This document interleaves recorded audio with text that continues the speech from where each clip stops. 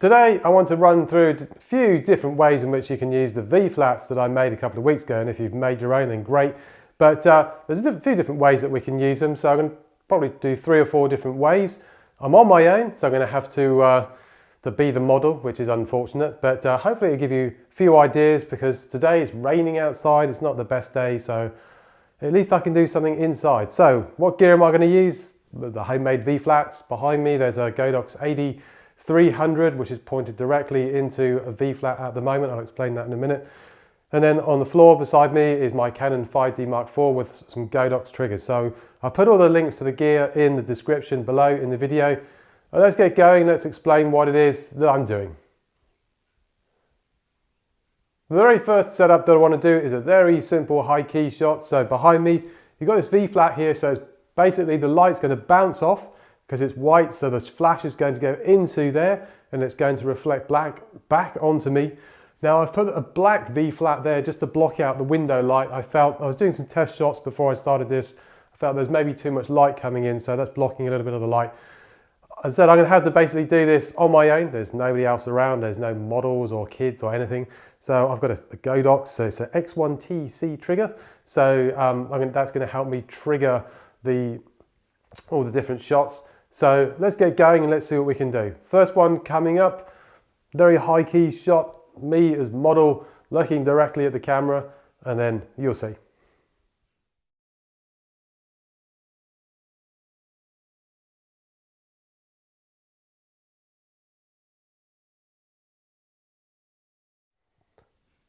The next thing that I want to show you with V-flats is this setup here. So I've got my camera here and it's going to point directly towards me, so I'm going to face straight onto the camera.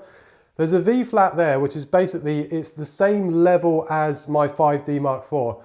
I've got the Godox AD300 in there, it's pointing right into the V-flat. So I've got a stand there, it's a Godox air stand, an air conditioning stand, so it's useful if you undo your stand and it just goes straight down, it stops it doing that. But anyway, that's just above my eye height, my head height I should say, pointing upwards, going into there. It's going to fully illuminate all of that V-flat, and then what it's going to do is bounce that light into the V-flat in the white side and then straight onto me. So it's going to make sure, let's say, nice flattering light. So as I said, ideally you need a model for this, not me, I'm the photographer, but hey, you know, when needs must and the weather's not great. But anyway, let's take a shot. Let's put it on. It's on half power at the moment, my Godox AD300. I'm going to put it on full power, get it in there, get that light going in, and then it should just really nicely fall off. It's going to give that cone effect. So if you don't know what the cone effect is, go out and learn about that. So basically, the closer the light source is, for example, to your V-flat, for example, that's just going to go really harshly in there. But if it's back a lot further, it's going to spread and then spread nicely back onto me or the model that you choose. Anyway, let's get a shot. So pointing straight into the V-flat, me, I'm going to look straight forward onto the camera, and the light's going to fall nicely onto me.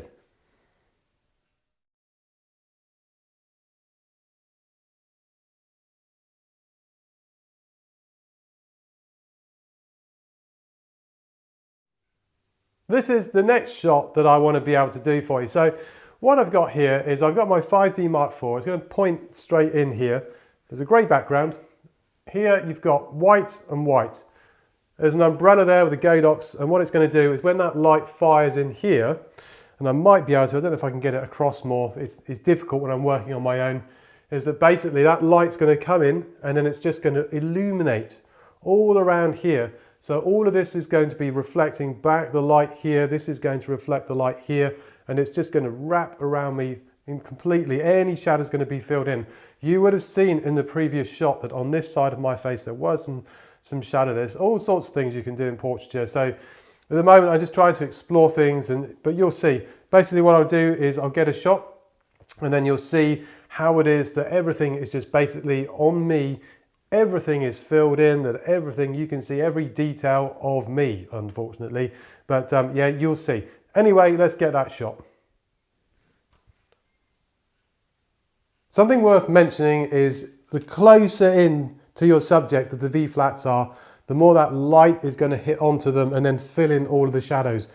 If the V-flats are further away from your subject, the light fall is going to be a lot softer, but I don't want that. I want everything really filled in on me. So I've moved in my V-flats again. I'll take another shot. You should be able to see some difference between the first shot and the second one, where the V-flats are a lot closer to me, a lot closer to the subject, and you should see a lot more shadow is filled in the second shot. But let's show you.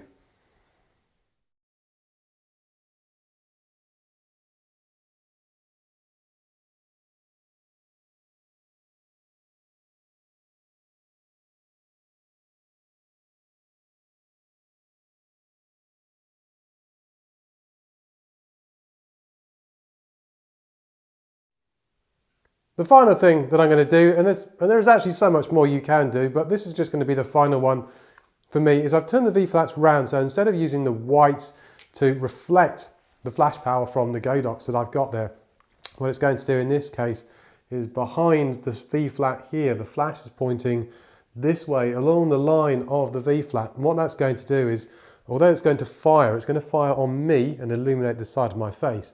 But on the other side, you can see, again, there's the V-flat there. It's black on the other side. That's going to absorb the light.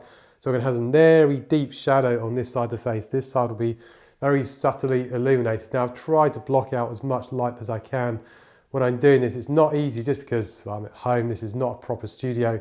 Behind the background that I've got there, there's a white cabinet, which is actually reflecting a little bit of light. Ideally, you don't obviously want that, but there you go. What can you do? In any case, let's show you that shot. So I've got actually the power turned down.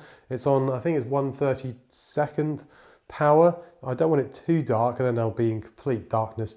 So that's going to then just, as I said, come up here. It's going to bounce off the side of me, but it's not going to go anywhere, the light. It's not going to reflect. There's that black there. I painted it black matte with my kids.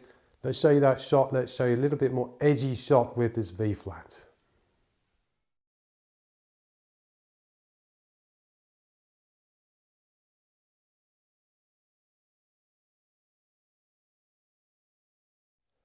So there you go, there's a few different ways you can use V-flats. As I said, there are tons and tons of different ways you can use V-flats. But, you know, at the moment, I'm just trying to explore different ways in which I can improve my photography, just because I've spent so many years doing just landscape and travel photography. There's other things that are coming into my work sphere, let's say, that basically I need to understand this. So if you've enjoyed this and you've enjoyed following what it is that I'm doing and taking a very different route, although I'm certainly not going to be giving up the travel stuff, don't worry, that's coming back very, very soon. Click on subscribe down there and the notification bell up there to get all new videos that are coming up. See you again soon, folks. Take it easy and stay safe out there. Goodbye.